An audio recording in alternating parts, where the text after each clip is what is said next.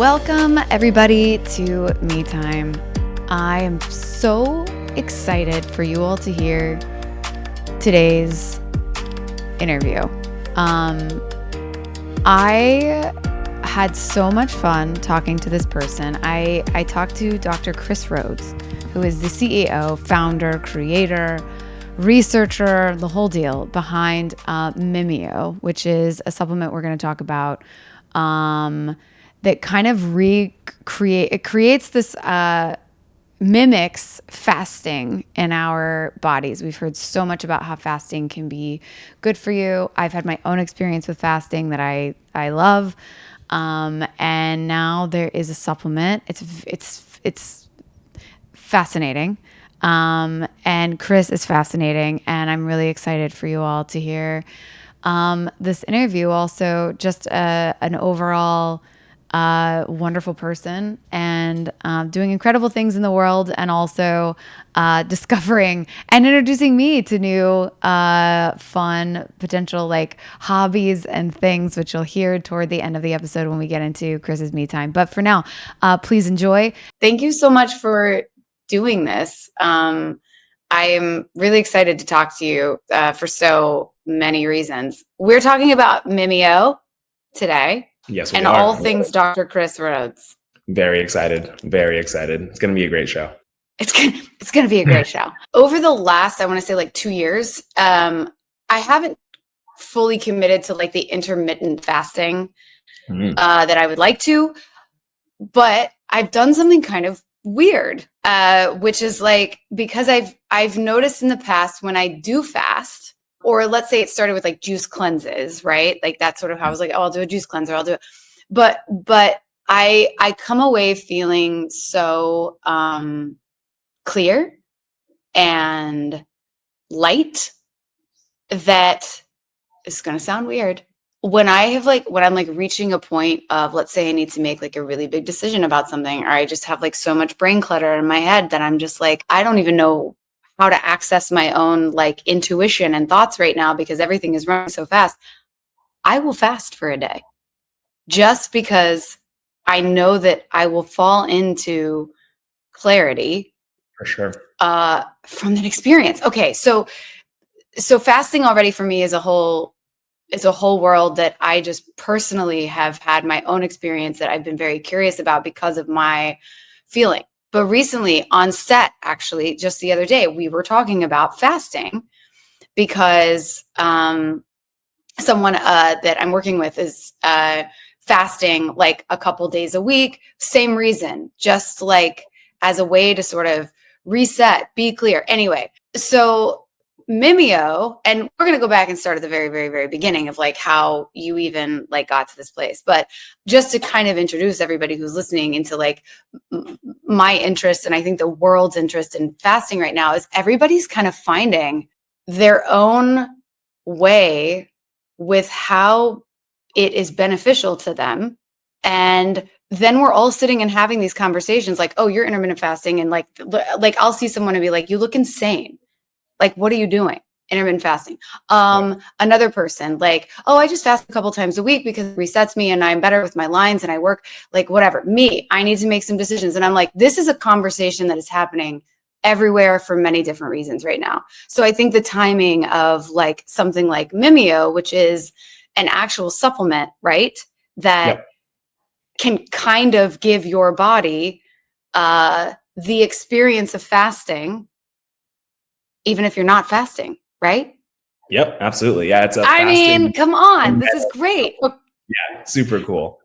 Yeah, the research that I was doing for my PhD. So I'm a PhD in nutritional biochemistry from UC Davis. And my story of kind of how I got into fasting, why it really lit me up. I got out of my bachelor's of science in biochemistry from Loyola Marymount University down in LA.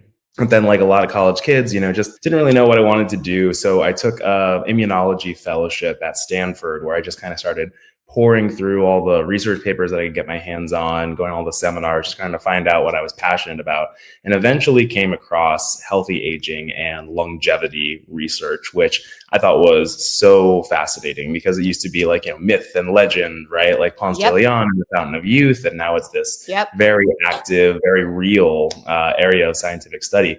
And when you're in that space, eventually you come across fasting, because fasting is one of the only ways that we know of right now to reliably extend the lifespan in animal models. And when you go even deeper into that, you also see both, in animal experiments, but also, human clinical trials with fasting as well.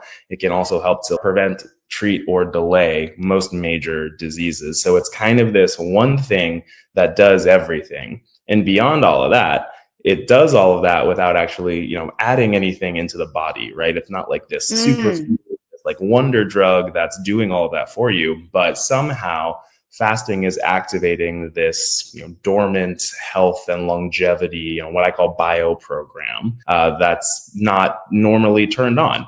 And when that clicked for me, it made me mad, to be honest, because I was like, okay, great. My body knows how to live to be 120 years old and in perfect health, but it's just not doing it. So that was really what inspired me to start researching fasting, really get into the nitty gritty of what is happening in the human body during a fast, and is there a way that we can recreate it? And that's what I spent my entire PhD at UC Davis doing, basically running this clinical study where we studied what happens in the body during a fast, and, spoilers, because we already know Mimio exists, finding a way that we can actually recreate those benefits.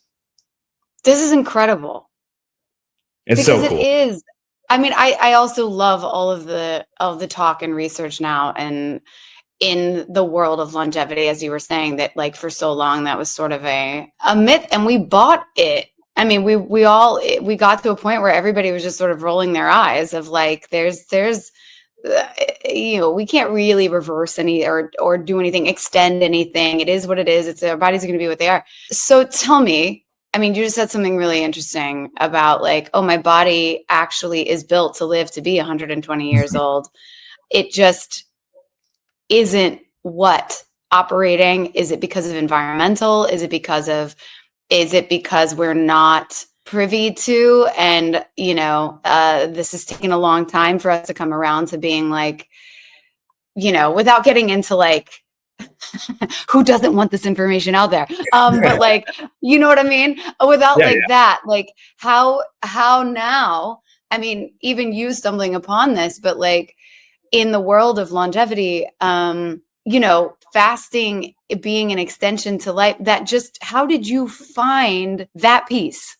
Yeah, so that piece, it was basically coming from a lot of early mouse experiments with caloric restriction. So back in the 1920s was kind of when we first made this discovery that if you restrict a mouse's calories by, let's say, 20%, they'll live about 20% longer. And by and large, that's because of an extended health span. So it's they just do not develop as much disease because, you don't have any metabolic influences that are happening. There's not really a chance for cardiovascular disease because there's not enough calories around. They have lower cancer rates, right? Because their cells are kind of going into this, interesting survival mode. So we really started learning about, caloric restriction from a scientific perspective and the lifespan extension abilities there around, 100 years ago, right?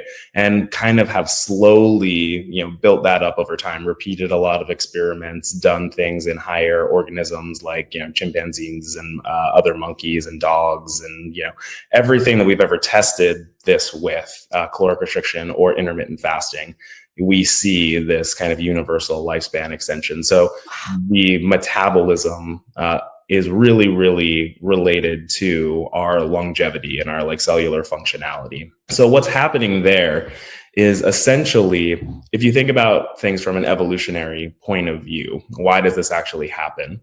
when we have a lot of nutrients around, our cells kind of like to run dirty, right? Like they're not super efficient because they don't have to be. So Mm, there's like, okay, there's all these nutrients around. Like I can make all the proteins that I want to make. I can, mm, make as many cells as I need to make. If something breaks down, then I'll just replace it with a new part. Or like if a cell gets damaged, I'll just make a new cell, right? So it doesn't run very efficiently. It just kind of, makes whatever it wants to make. It's not super concerned about repairing damage as much. And it kind of just like lets things run as they will. And when you're in the opposite state, when you're in a very like highly nutrient restricted state, your cells kind of go like, oh crap, right?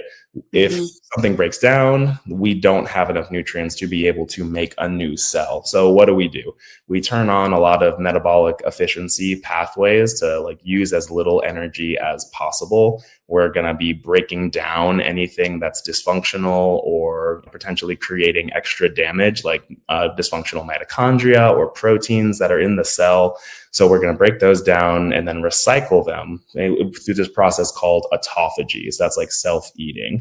And mm-hmm, that's basically your cellular cleanup and recycling mechanism. We're also going to turn on, stress response elements to make our cells more resilient to stress. We're going to turn on these mechanisms that slow down cellular replication, because ultimately that is what longevity is, right? We think of longevity a lot of times as like, oh, we're reversing aging, or we are, we're anti-aging, like mm-hmm. that. But really, longevity is just taking the cells that we already have and maintaining them and repairing them and cleaning them up and like making them shiny and new for as long as they possibly can. Right.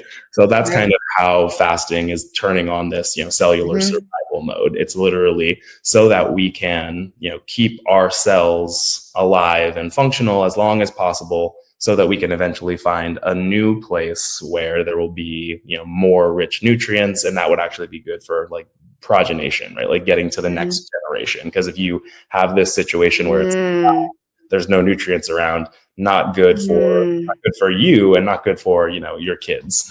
Right. Wow. That's actually that's an incredible way to think about it. Is like, oh, I'm not just doing this for me, I'm doing this for like future generations. Yep. Whoa. Because our cells hold so much. They Like, do. so much, anyway, I can, I I feel like I can talk to my cells. This is probably too much information, but I will literally be like, okay, we're a little run down right now or whatever, like let's let's kick into gear. But who knew it was so I don't want to say fasting is not simple. It is not easy to do, because we are so by habit.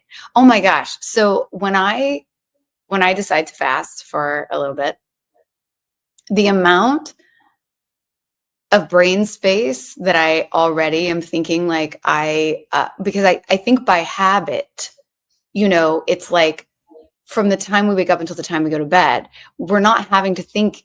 When you're not having to think about those things as much, the brain space opens up entirely, I feel like, because so much of my time is spent around, like, I don't know, my routine, like habitual things that if I'm like, I actually am not getting any enjoyment and probably not even any nutrients out of that. Like, to have something that exists that could make even what you're putting in your body work better for you.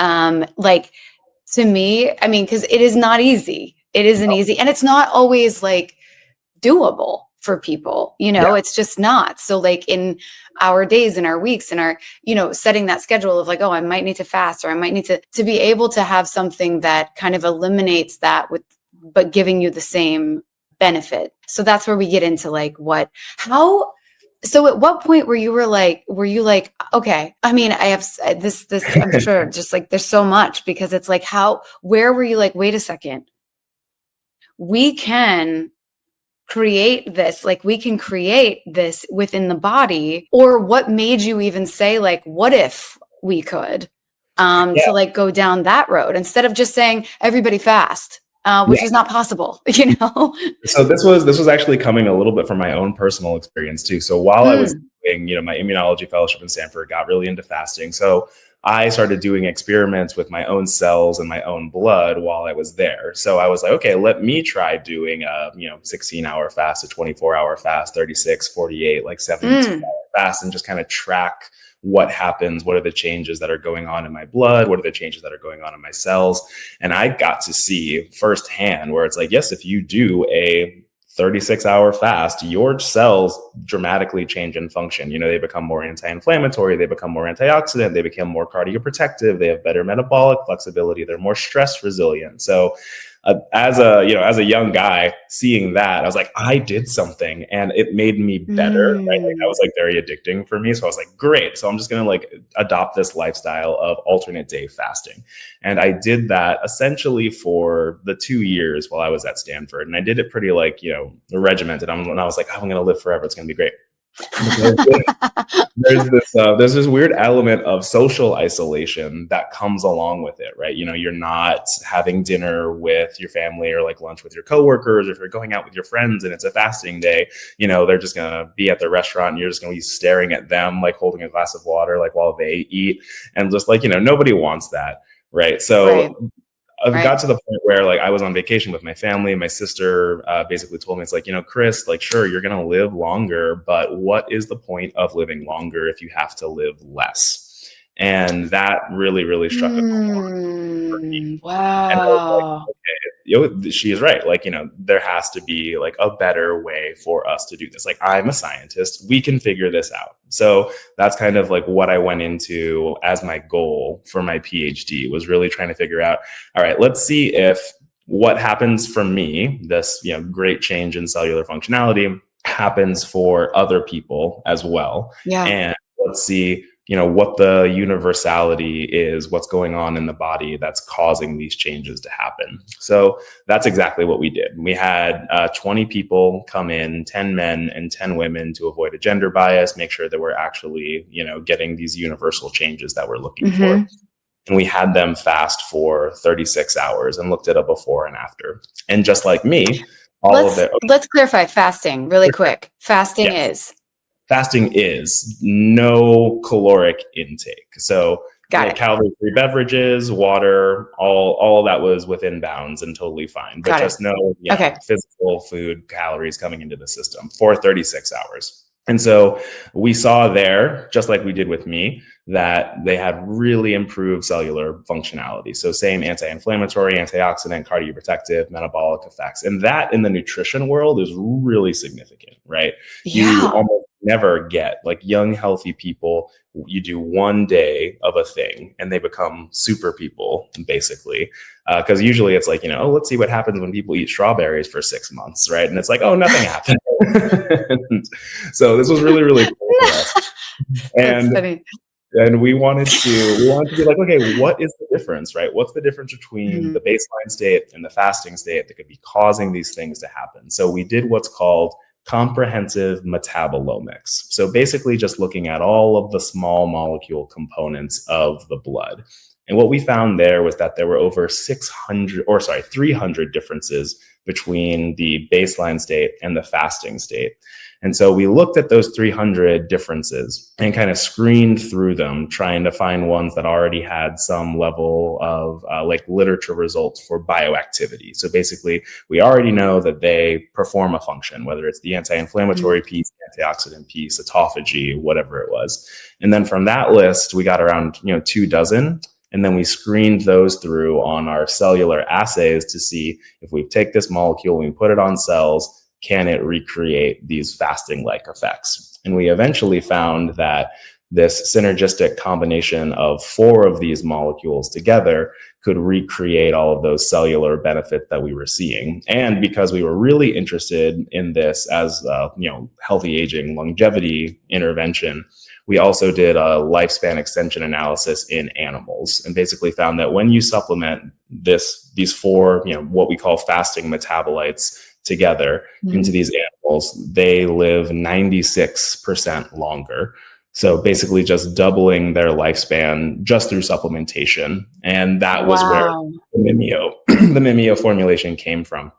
So basically what Mimio is and what it's doing is it's taking these, unique metabolites that your body would naturally produce during a fast, and then just, giving them back to you as a supplement so that you can recreate fasting at the molecular level, get those same benefits, but without actually having to fast. Unbelievable.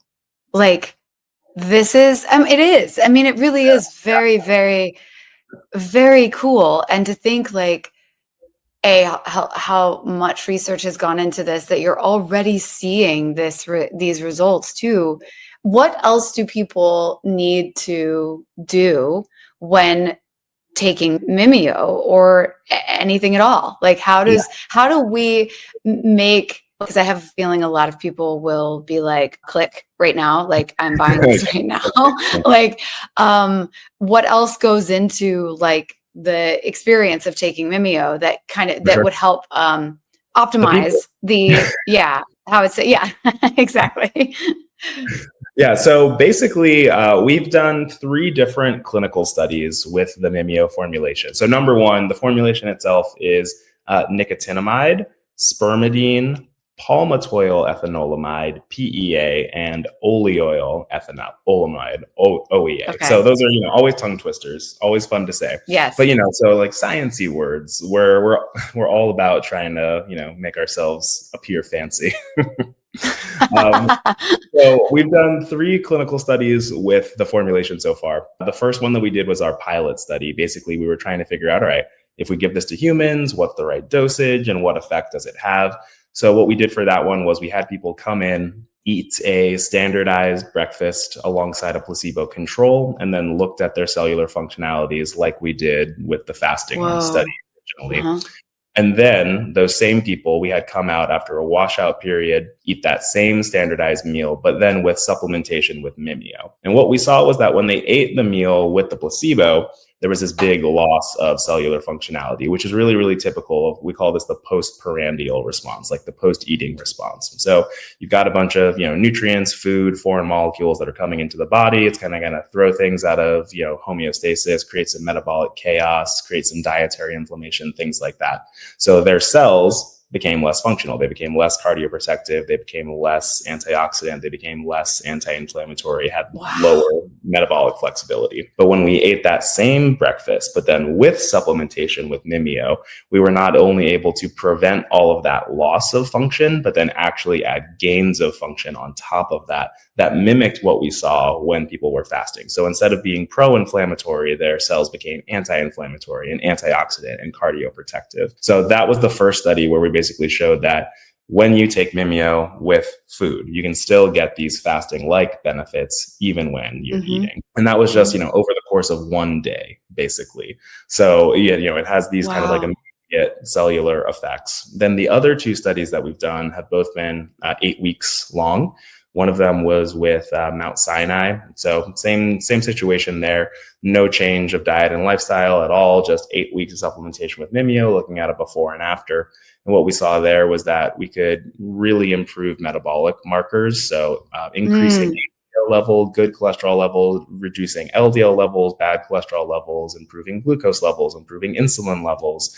We increased his testosterone by 50% in just those 8 weeks. And then we also got really, really cool, a 2.5-year reduction in biological age. So he went into the thing, with a biological age of 51, came out of it with a biological age of, 48 and a half. And just that 8 weeks, man. I have chills. It's super cool. 8 weeks? 8 weeks. In 8 weeks. In 8 weeks. Yep. That's all it took. Why? So okay. I feel like I feel really lucky right now because I feel like in like a year, you're like, you're going to be like me time, shme time. I'm doing Oprah's podcast. If you haven't already, because I'm like, this is groundbreaking and game changing. I think just for how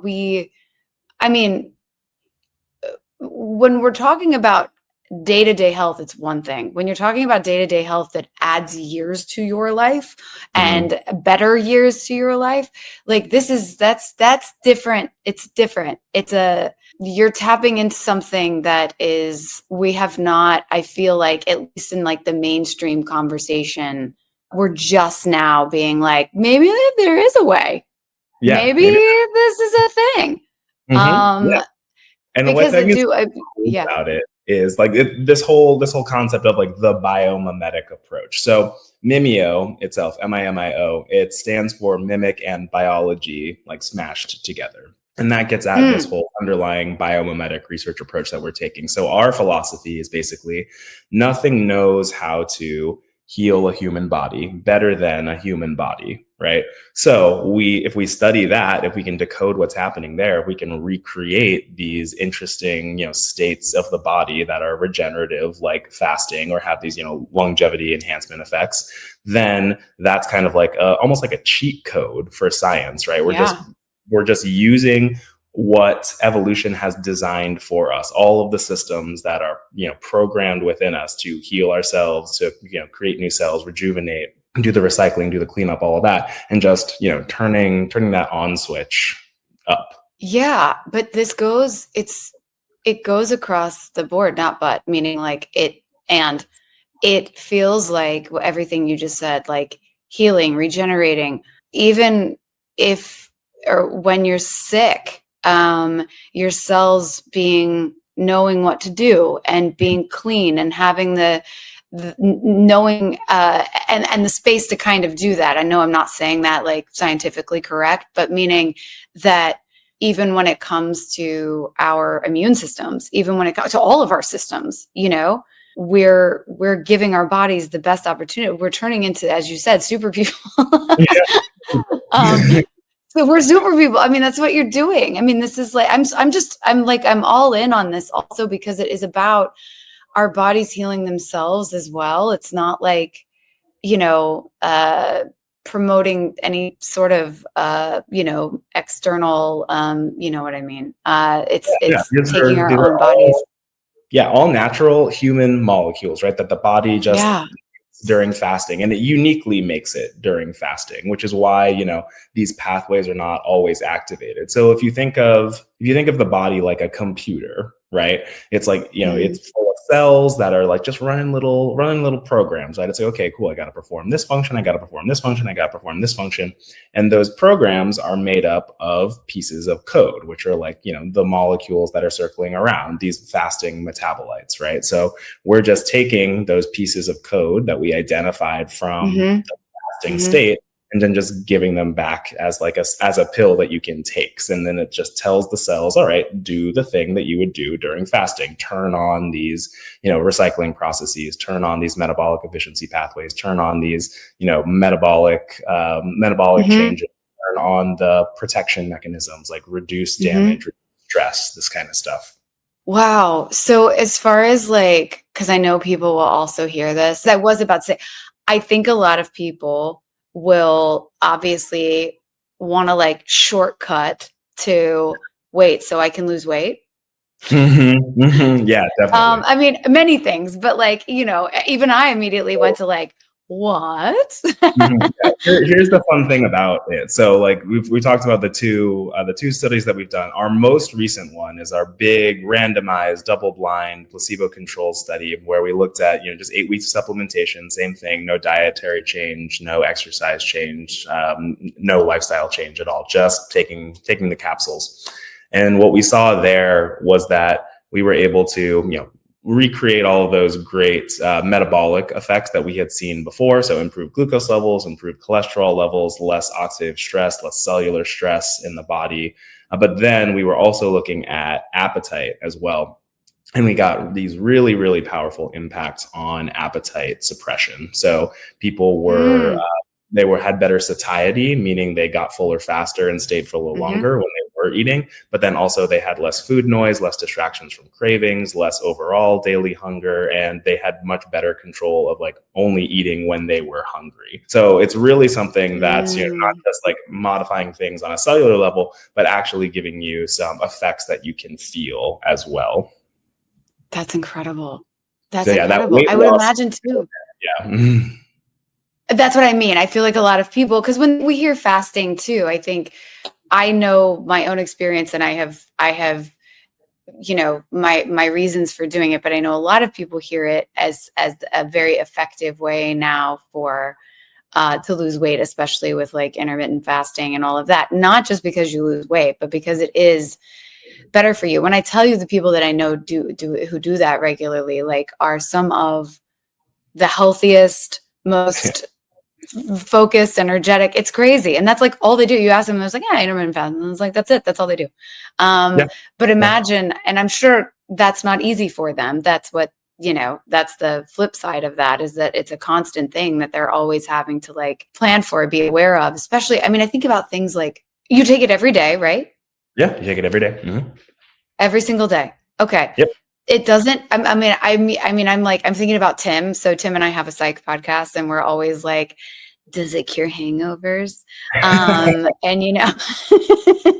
we'll be like, really? Well, no, but seriously, like I'm going to like all of the things that fasting in general and our cells being healthy. I should be talking more about the bigger things, I understand, but I'm talking sort of about the day to day of like how your day to day, everyday life and functions could change, but also how that is adding extra time and your health to your life. Like I don't think we've heard there are these obvious immediate things you can do with things claiming to do certain things, and they probably do those things in the immediate, right? But the long-term effects of what Mimio is doing for our bodies is like, anyway, so I am all in. Like this is because fasting has already for me been such a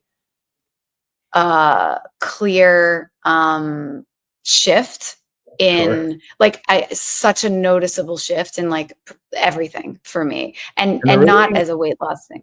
Mm-hmm. Yeah, the really cool part about Mimio too is that it actually makes a really great fasting enhancer, right? Because it was developed from a 36-hour fast, which most people will never approach, right? Like even more mainstream intermittent fasting is like, 16-8, like I can go skip breakfast, but we, a lot of people struggle even with that, right? Like it's very difficult to incorporate into that your life. You have a lot of that distraction from cravings and food noise and things like that. You don't feel as energetic. I can't last. I'm a couple days and that's it. It's yeah. Anyway, yeah. Exactly. I mean, if I do intermittent fasting, yeah. Mimio can really help make that easier, and that's what we hear from a lot of our customers. That's what we hear from a lot of even the founders that use the product. That's how I use Mimio. So even me, I still now keep to like a 1 meal a day schedule, because that's just kind of what works for me. So I really like to just get up in the morning. I'll have my green tea, and I'll have my Mimio, and just kind of, that'll take me through the rest of the day. I'm not going to be hungry. I'm not going to be distracted by cravings. I really get to lock in and kind of just focus on the work, be very productive. Then at the end of the day, I'll go and I'll work out in a fasted state. And then after that, I get to have this big reward meal at the end of the day. That's just you get to let everything else go and just focus in on that meal and be hedonistic and feast. It's awesome. Wait, hold on. I want to know more. Okay, hold on. So your schedule, this is fun because this is kind of me time, right? Like this is absolutely. What is Dr. Chris Rhodes' day like? You get up and you have your breakfast in the morning, you take your Mimio, you go about your day with your green tea. Yeah. No breakfast, just the green tea. No breakfast. Oh, sorry. I thought you said you had a breakfast. So you have your green tea, no breakfast, Mimio. Correct. Then you go about your day. Yep. You're good. Then you work out because you're in a fasted state. I think people who do work out or know this, that's how you want to work out. You will get more benefit usually from that experience. Yeah. And then you just go eat whatever the heck you want. Mm-hmm. That's my lifestyle. Yeah. I love it. Now see, I could do that. I'm not a big eater anyway, during the day, but I love a good fancy, ridiculous meal at the end of the day, which we've also been told, Chris, that it's like the worst time you could do that. And, breakfast is the most important meal. And even if you don't eat another meal, you should have breakfast. A lot of that stuff, I'm with you. And also that's just not my lifestyle. But so I love this, but That Yeah, I I do as a think PhD in that's nutrition doable. will like, I'll bless like the not having breakfast. I'll bless like, yes, eat at the end of the day, like eat when you want to eat, right? I feel like that's really the main thing, is that when we give all this like generalized nutrition advice, it's just really not accommodating for the fact that it's different strokes for different folks, right? Like you need to find the things that work for you, that you actually like in your lifestyle, because that's what nutrition should really be facilitating for you. Like, what are your goals and how can nutrition help you achieve them? And like, how does that fit into your life in a sustainable way? And the whole like, Wow. breakfast is the most important meal of the day, cereal company propaganda. I love this. Thank you for busting. It's because, again, just these habitual things that we say and believe, Yeah, that are absolutely. just And that's not. one of the reasons why fasting was like, kind of, lost its place in our culture, right? We had what's called kind of like the Mm, original sin of the American mhm, nutrition, world, was that mm, when we were establishing like the governmental agencies, there's the FDA, the Food and Drug Administration, which is like, all about, in this day and age, like pharmaceuticals, and, making sure that all of the welfare is there for health, and making sure that things are as sure. they should be, that they're safe, that they're effective. The USDA is, the US Department of Agriculture, right? So like they were very concerned with, all right, great, we're going to promote US agriculture. So like food and corn and dairy and whatever. And so when we were like allocating who gets to do what, we decided that the USDA, for some reason, should be the organization that gets to decide everything about nutrition and do all the nutrition science and all that. So Mm, what happened was that no nutrition study would ever tell you to eat less. That was always the thing. It was like, oh, no, no, no, don't eat less meat or whatever. It's, oh, no, eat more strawberries, eat more like, corn or soybeans or like whatever, right? So that was kind of one of the things where we really got into this messaging of overconsumption, right? Where it's like, you have to have mhm, your 3 squares a day. And if you don't have your 3 squares a day, mhm, your body's mhm, going to start eating itself, and you're going to be like weak and frail and all of that stuff. And so it was mhm, all just kind of on the back end of like, let's promote US agriculture while also kind of like, confounding the science to make it work in our direction. So mm, that's fascinating. why we find ourselves in the cultural nutrition situation we are now, like this constant eating, and the almost like shame around not constantly eating, or fear around not constantly eating. Yeah. Yeah. Fear too. That's exactly right.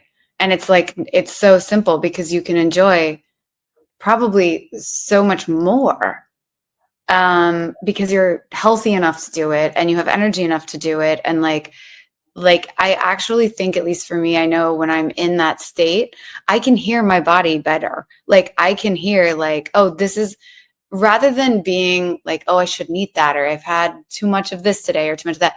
When I'm in that state, it's very clear to me, like, what do I need right now? What do I want right now? Oh, I do want meat, or meat is the last thing I want. I'm craving a salad. I'm craving, like, I feel like I am way more in tune, rather than just being like, this is what you want. This is what you want. This is what you want. Like from whatever it is that we're, reading, craving, all that stuff. I'm actually more in a state of like intuitively knowing what my body wants and needs. And I'm not trying to like give it anything else. Like it almost doesn't sound good. Anybody like who's done a juice cleanse or something like that, I think when you're coming out of it, they always stress how important it is, to just start slow and have soup. But like you honestly, that's all you want. It's a Right. weird thing that happens, right? Like you actually start eating healthier because your body's like, I can't handle that right now. So I think it's like in general, it's funny how just over time, you're just talking about it, like we've been told this, we've been shown this, we've been like, you want this, every commercial we see, like, it's like everything is about food, and we love food. Food is amazing, but we want it to work for us. We don't want it to work against us. That's fantastic. I love that you exist.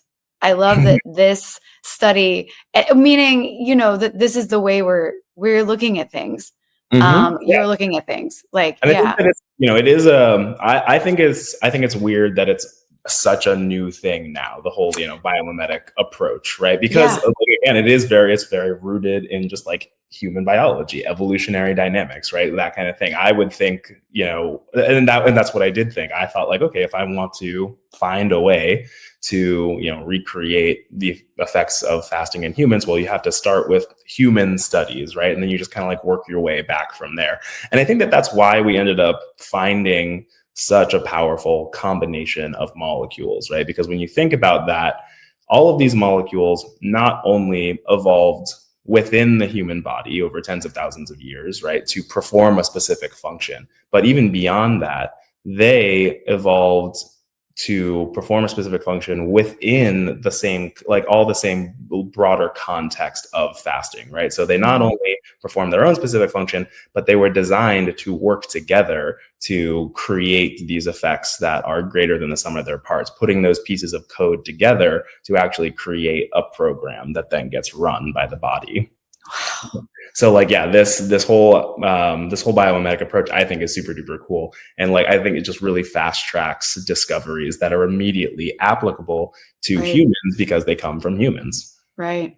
Yeah. That's what I would say too, is like, well, we're getting to your me time in a moment, but like at this point and with what you're doing with Mimio, what do you want people to know about Mimio and let's just say the future of health and like what, like if you had a thing, you're like, I really want people to know this about it and like why, like our story and the reason why this matters to us and why we're doing it, why we've created this. Yeah.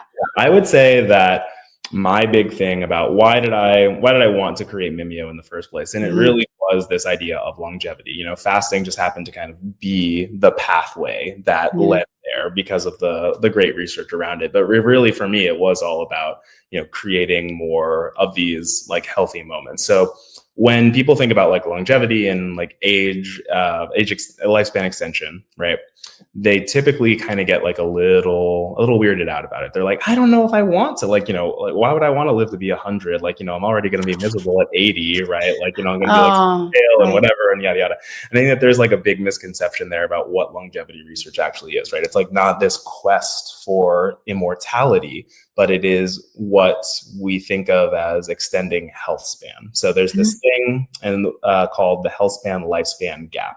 So health span is basically the amount of time in your life that you spend disease free, like in a healthy state, right? And then your lifespan is how long you actually live. The thing that everybody is afraid of is what I just described, right? That your health span is only 80 years, but your lifespan is 100 years. Like 20 years of just kind of being in bad health and just not performing at your best. What longevity research is about is taking that health span lifespan gap and reducing it as much as we possibly can. So I think that the ideal thing is to kind of, okay, great. I'm 98 years old. I just finished running a marathon. I go home. I have like a great meal. I fall asleep and I'm dead. Right. And like, you just never wake up. And that's, I think, what we all want out of life. Yeah. I think what longevity research is really about is just reducing that health span lifespan gap so we can be as functional as possible for as long as possible. And vibrant. Yeah. Living. Yes. So we can live. Alive. Be alive. Yeah. I love this. And I love that is the message. And it's in such a healthy way. How do you, on like a daily basis, with all of the information that you have in the world from nutrition, environmental factors, like all the stuff that you have studied, how do you eat and drink without being like, oh my God, I know what's in this? Yeah, no, that it's definitely like the lovely little curse that you get from being a nutritionist. It's like, what's wrong with everything? Well, that's yeah. But you still put it in your body, right? Like I always talk about it in like when I was in undergrad, everybody has to take like a microbiology course, and you can always tell like it's going to make or break people, because when you take the microbiology course, you learn how filthy everything is, right? Like everything's covered in germs all the time, and so you go in one of two directions with it, right? You're like, you drop out and you're like, I never want to think about that again, or you go like completely opposite and you're just like, start licking doorknobs, I guess. It's like it's everywhere anyway. Let's build up that immune system, right? And I think nutrition is very much the same way, where it's like you learn all about it and you're like, I need to forget everything that I learned, or I need to just like, drink nothing but miso soup or something like that. Mm-hmm. Or you're just like, okay, well, I understand the knowledge now. I understand what's happening. And you just kind of have to like, make risk assessments, right? Where it's like, this is something that I will definitely avoid, but there's just other things where it's like, I like drinking the Powerade Zeros, right? Like, even though there's like the blue dyes and the chemicals, you know what? That's my thing. Like, I'm just going to say that's mine. It's fine. Mm-hmm. I'll make my concession there. So I think it's really about, building up certain like tolerances and just with the information you have, being able to say like, yes, this is what I'm doing most of the time, but I'm not going to like totally overwhelm myself with this like totally rigid structure and schedule. And of course, I say that while also saying I only eat once a day. And like, Yeah, but I you know, don't, I feel like there's something about that though that is like when you're basically like, I eat whatever I want for that meal. Yep. Pretty much. It'd be one thing if you were like, and then I have a very specific blah, blah, blah. No, you're talking like I go eat whatever I want, basically. And I actually don't think, I think it sounds like you only eat once a day. But if you really thought about it and you were like, wait a second, I could have my coffee or green tea in the morning and then when it comes dinner time, have whatever I wanted versus I got to watch my calories this meal, or I got to watch what I get at this meal, or I didn't get this at that. Like the amount of thinking alone that goes into it. It is, I don't want to use the word rigid, but it is, but it's not at the same time. It's also like, what an amazing treat. Yeah, that's the lovely little thing about it, is that when I was doing alternate day fasting, that's one way to think about it, right? But the other way, I flip it on its head, and it's like, it's actually just like alternate day vacationing, right? Because on those days when you were eating, you could do whatever you want. You had to fit 2 days worth of calories in that one day, right? So it was just like, every other day you were just, on vacation doing whatever. And that can be very fun too. And I think that the one meal a day is a nice way to balance it out, where it's like, everybody existing on like, I get to eat every day. If there's a meal that I want to go have with like friends, families, coworkers, whatever, I can do that and it won't be weird. And I can just like order a bunch of food and it'll be great. Yeah. Is there anything you've learned in your studies, and you don't have to say if you don't want, where you're like, I will never eat that again now that I know this?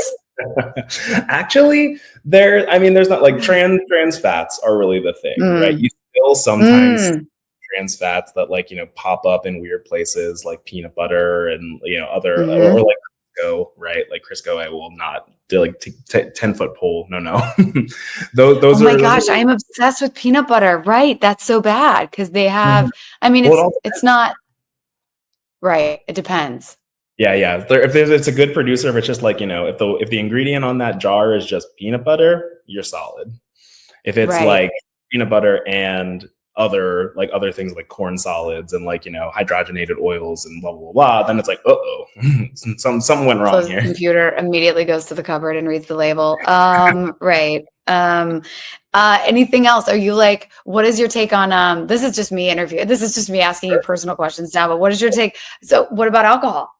I sound horrible, by the way, but yeah, I do. Meaning like I've brought it up twice, but that's not why. It's more just out of curiosity for listeners. It's definitely one of those things where it's like, you make certain concessions, I think, to just live life, right? And alcohol is one of those where it's like, I'm very much into kind of like the mocktail game now, like the sober curious movement. I'm really happy with that.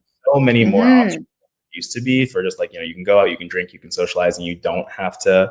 I have like, I have like a mocktail bar at my house where I can just like, do little crafty things. I love this. Yeah. And so like, I'll still drink alcohol, but as like a special occasion thing, right? Like you're at, like, it's New Year's, you're at a wedding, you're going wine tasting, whatever. Right. Right. And we can recognize that it's a vice, but also at the same time, do things in our daily lives to help to like mitigate those costs when they pop up, and just, make sure that we're not doing like a daily incorporation of it. Yeah, it's interesting because the world of mocktail, and I will say I have discovered this. I'm sure it's like people who smoked for a long time and discovering like a new way that they could almost have their like smoke break, but without the negative effects of it is like on set, what we used to have like grape juice for Mhm. wine, we actually use non-alcoholic wine now. Well, that's fun. And it's actually kind of incredible. We're like in the middle of a scene and it just has the same feeling. We were all talking about it the other day of like the advancements we've made in that too are really something. Non-alcoholic beer, non-alcoholic wine, the mocktails are spot on. Like, you know, and I'm even going through whether it's like a fast or like a dry January or something like that, where I specifically, even though I don't drink enough these days to like need a month off, but when, you know, when I am in a phase, like right now I'm working, I don't like to drink much. I'll just say Yeah. when I'm working, have a glass of wine on the weekends or something like that. But even so, if we go out and have, you know, ordering a mocktail, it's almost like the same vacation feeling.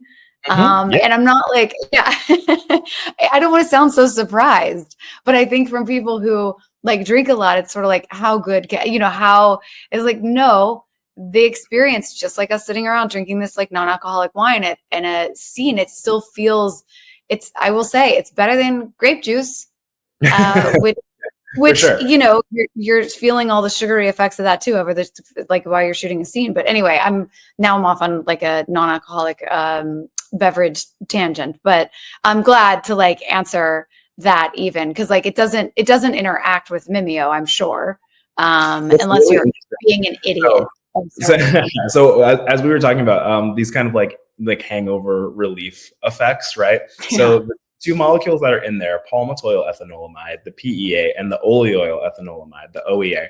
The OEA actually has some studies on it that basically it is pretty beneficial for helping to reduce cravings from alcohol. So like, you know, they've shown like not only is it good for reducing alcohol cravings and alcohol use disorder, but then also it's good for preventing the effects of like alcohol use and alcohol withdrawal, because it has these anti-inflammatory properties. It decreases intestinal permeability, so you don't get as much gut leakage, you don't get as much inflammation, and it helps to actually kind of mellow the effects of alcohol as well. And then the palmitoyl ethanolamide that's in there is involved in the endocannabinoid system. So stimulates through CB2 receptors, kind of like your body's natural CBD, like a rest and recovery molecule. So that actually has, you know, anti-inflammatory, but also pain relief effects. So it has this kind of like, you know, ibuprofen style impact when you take it. So it can be very good for both, you know, just like when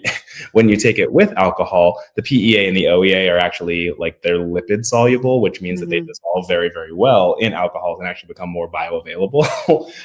And so oh dear, my me time. As you drink to kind of like, you know, enhance the experience, you know, make it a little safer. Or, you know, if you've enjoyed too much, let's say the next day, then you can, you know, take Mimio, and I find that it's helpful. Wow, that's crazy. Oh dear, me timers are going to be like, click, click, click, click. Anyway, because we also talk about wine a lot on here. Let's talk about your me time.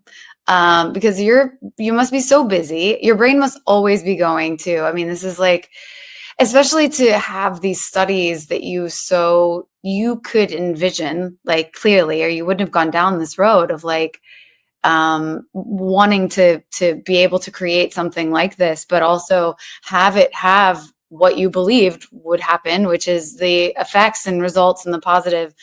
You know, I would imagine you're just like, let's keep going, let's keep going, let's keep going, right? Yes.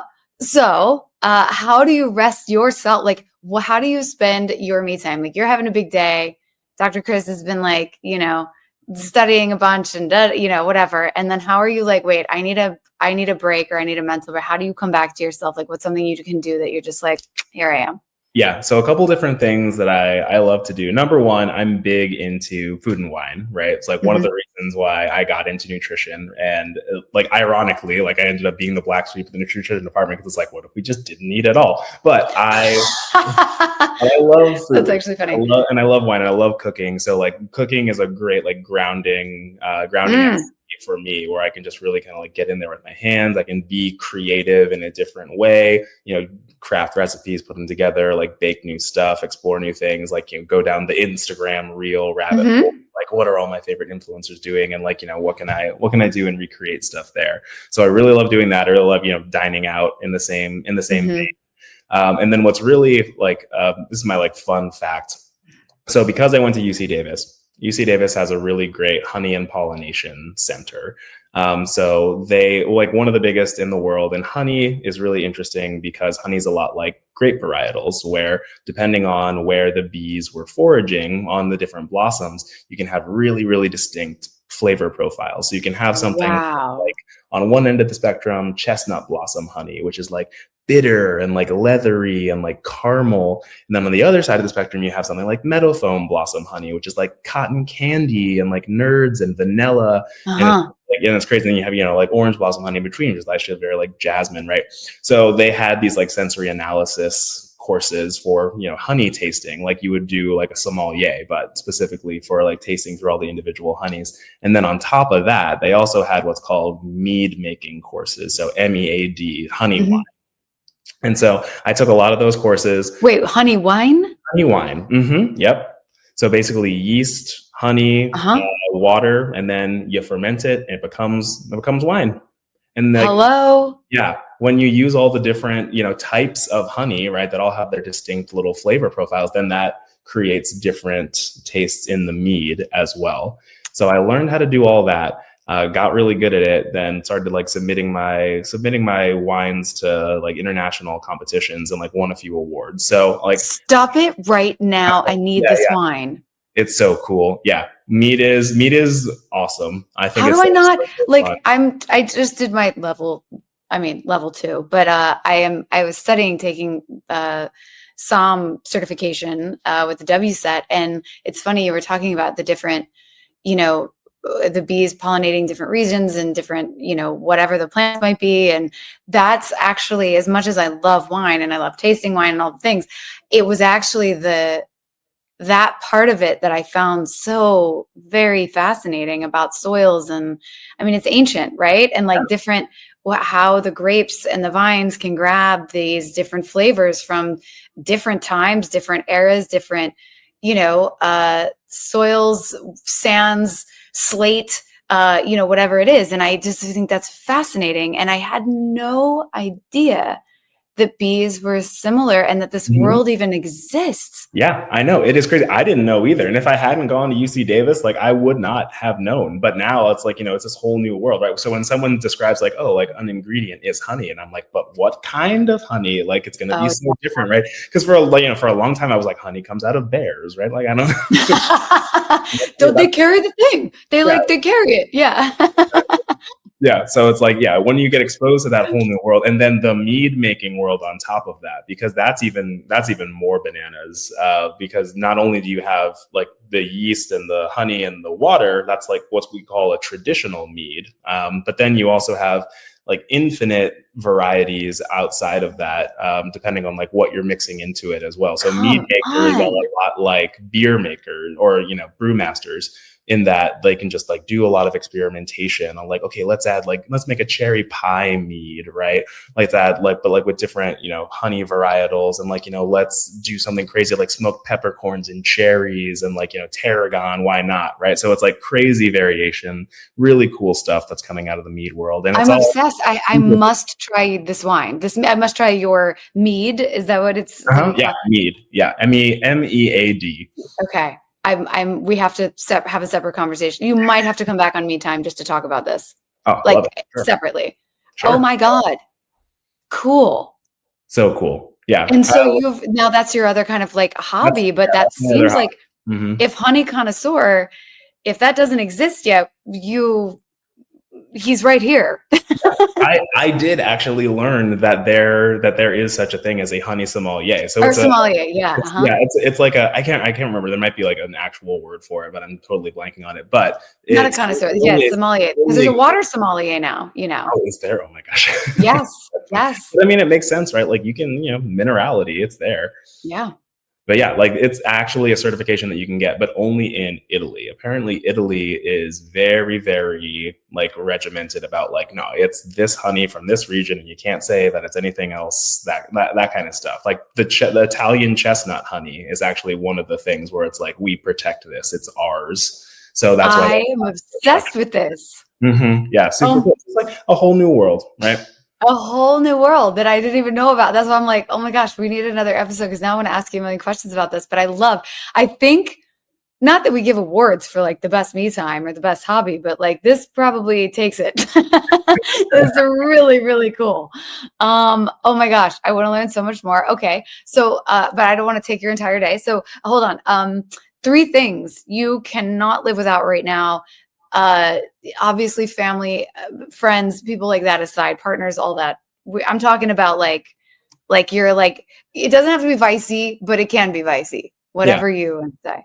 Yeah, honestly, I would say that one thing that I can't live without right now is like I've been getting really into sake, because Oh, that's another whole new world, right? And I love like the interesting flavor complexities that you can get out of like sake versus wine versus mead, right? So like fermentation, cell culture.